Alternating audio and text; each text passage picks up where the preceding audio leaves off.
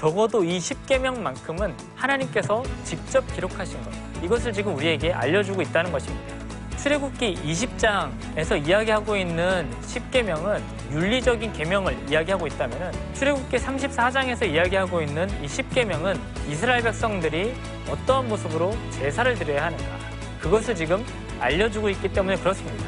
율법은 그것을 지켜야지 구원을 받는다, 이것을 이야기를 하는 것이 아니라 오히려 구원받은 자들로서 그들은 어떻게 살아야 하는가, 하나님께서는 그것을 우리에게 보여주시고, 또 하나는 그 율법에는 하나님의 백성을 향한 하나님의 봉사가 들어가 있다라고 하는 사실입니다.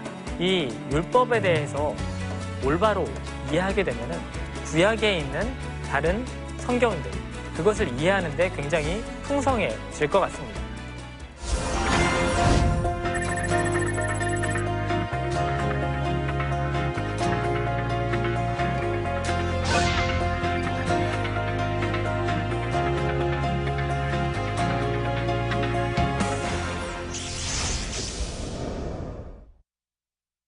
안녕하세요. 에스라 성경대학원 대학교에서 구약을 가르치고 있는 민경구 교수입니다. 우리는 지난번 시간에 다각도로 보는 십계명에 대해서 함께 말씀을 통해서 보았습니다. 오늘 우리는 그 십계명을 조금 더 깊게 보는 그러한 시간을 가져보도록 하겠습니다. 그래서 오늘 강의의 제목은 깊게 보는 십계명입니다. 오늘의 포인트는 다음과 같습니다. 십계명은 왜 성경에 여러 번 기록이 되어 있을까요? 그리고 두 번째로는 새로운 세대를 위한 계명은 무엇인가? 그리고 마지막 세 번째로 구체적인 계명의 차이점은 무엇인가? 이것을 우리가 함께 살펴보도록 하겠습니다. 먼저 출애굽기 20장과 신명기 5장을 함께 살펴보도록 하겠습니다. 출애굽기 20장은 너무나도 잘 알고 있습니다. 그리고 우리가 지난번에 출애굽기 20장과 신명기 5장, 소위 십계명의 서문에 대해서 함께 말씀을 통해서 보았습니다. 신명기 5장을 보시면은 우리는 십계명이 시작하기 이전에 그것을 모세가 다음과 같이 설명하고 있는 것을 우리가 볼 수 있습니다. 신명기 5장 3절은 다음과 같습니다. 이 언약은 여호와께서 우리 조상들과 세우신 것이 아니요 오늘 여기 살아있는 우리 곧 우리와 세우신 것이라. 굉장히 평범한 그런 말씀 같지만 이 신명기 5장 3절은 좀 전에 말씀드린 것처럼 출애굽기 20장에서는 등장하지는 않습니다. 신명기 5장 3절에서만 등장합니다. 그렇다면 이것은 과연 무엇을 우리에게 알려주고 있을까요?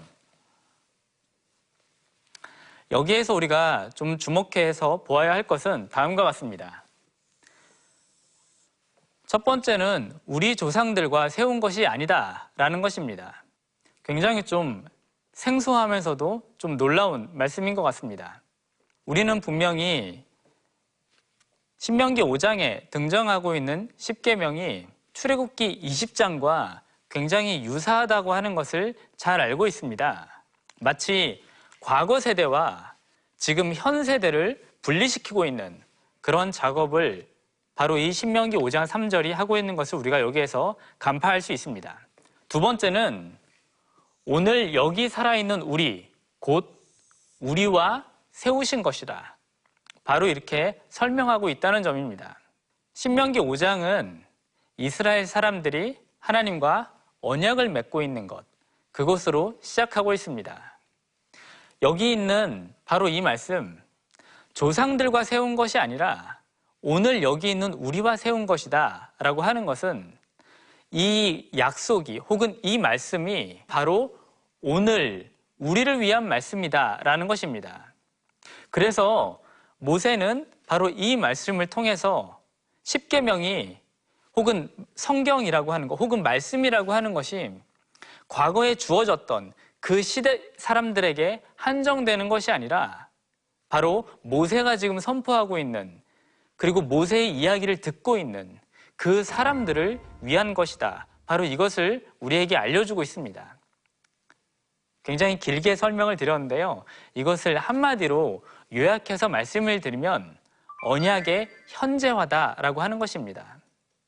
또한 동시에 이것은 오늘 우리를 살아가고 있는, 제가 지금 여기에서 말씀드린 오늘 우리라고 하는 것은 바로 올해를 살아가고 있는, 그리고 오늘 이 신명기 5장 3절을 읽고 있는 우리에게도 동등하다라고 하는 것입니다.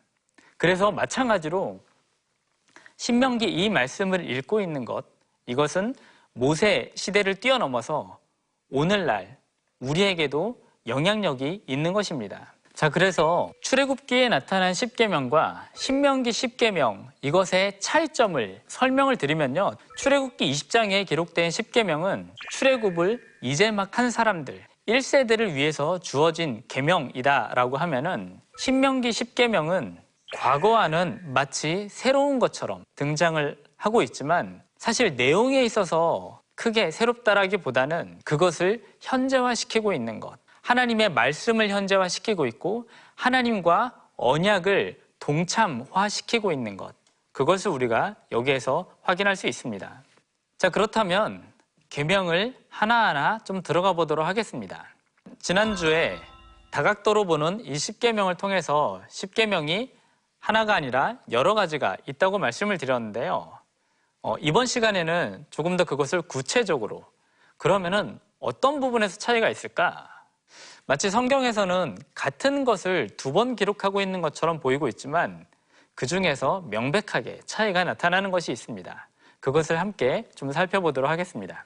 제일 먼저 10번째 계명. 10번째 계명은 출애굽기 20장 17절에서 나타납니다. 내적 충동과 행위에 대한 금지를 표현하기 위해서 이 하마드라고 하는 이 표현이 2회 걸쳐 사용되었습니다. 이것을 한글 성경에서는 어떻게 번역을 했냐면요, 탐내지 말라, 이런 것이 2회 나타나고 있다는 것입니다.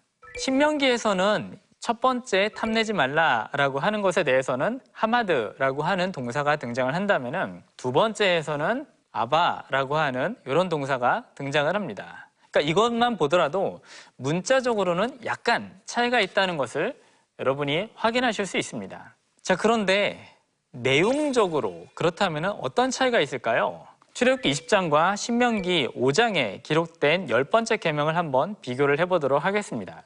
먼저 출애굽기 20장 17절을 보시면은 여기에서는 내 이웃의 집이 먼저 등장을 하고 있는데, 여기에서는 이게 요 안쪽으로 들어와 있고, 여기에서는 아내가 등장을 하는데 여기에서는 요 아내가 두 번째로 등장하고 있다는 것입니다. 그냥 순서만 바뀐 것이 아니냐, 우리가 이렇게 생각할 수도 있을 것입니다.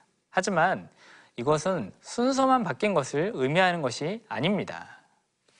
출애굽기 20장에서는 내 이웃의 집이라고 이야기를 하면서 그 이웃의 집에 속해 있는 마치 소유의 개념으로서 남종, 여종, 그리고 소, 나귀, 이렇게 순차적으로 등장을 하고 있습니다. 그 이웃의 집 혹은 그 이웃의 소유에 첫 번째로 등장하고 있는 것, 그것이 바로 아내다라고 하는 것입니다. 신명기 5장은 집이라고 하는 것이 두 번째로 등장하면서 아내는 이 밖으로 튀어나와 있습니다. 자, 그래서 정리해서 말씀을 드리면은 출애굽기 속 아내에 대한 인식은 내 이웃의 집을 탐내지 말라라고 이야기를 하면서 내 이웃의 집에 종속되어 있는 존재처럼 나타나고 있다면은, 신명기 속 아내는 내 이웃의 아내를 탐내지 말라, 이 아내에 대한 계명이 먼저 나타남으로써 남자의 재산 목록에서 빠져 있는, 그래서 독립적 인격체로 아내가 등장을 한다는 것입니다. 자, 이처럼 우리는 성경에서 마치 동일한 십계명 같지만 분명히 그 안에서 아주 미묘한 위치의 차이이지만 그로 인해서 아내에 대해서 새롭게 또한 생각을 해볼 수 있다는 것입니다. 자, 그런데 우리는 이와 비슷한 것을 창세기에서 한번 본 적이 있습니다. 우리 지난번에 창세기 강의가 있었는데요, 여기에서 성경은 아담과 하와의 그런 창조에 대해서 이야기를 하고 있고, 그 여성의 창조에 대해서 돕는 배필이라고 기록을 하고 있습니다. 히브리어로 에제르 케네그도라고 우리가 읽을 수 있는데, 이것을 문자적으로 번역을 하면은 돕는 자, 곧 그의 상대자, 이렇게 번역을 할 수 있습니다. 그런데 이것은 남성이 여성을 소유하는 혹은 여성이 남성에게 종속되어 있는 것, 그것을 말하지 않습니다. 왜냐하면은 이 네게드라고 하는 단어가 전치사인데 이것이 뭐뭐 앞에라고 하는 뜻을 갖고 있습니다. 그래서 이것은 대등하다라고 하는 그 의미를 내포하고 있기 때문에 여성을 남자와 대등한 자라고 하는 의미로 해석이 될 수 있고요. 또한 이것은 반대하는 자 혹은 상대자, 이런 의미도 갖고 있습니다. 그래서 마치 여자가 남성이 하는 것에 대해서 때로는 반대할 수 있는 그런 돕는 자로서 하나님께서 남성에게 선물로 주셨다라고 하는 것입니다.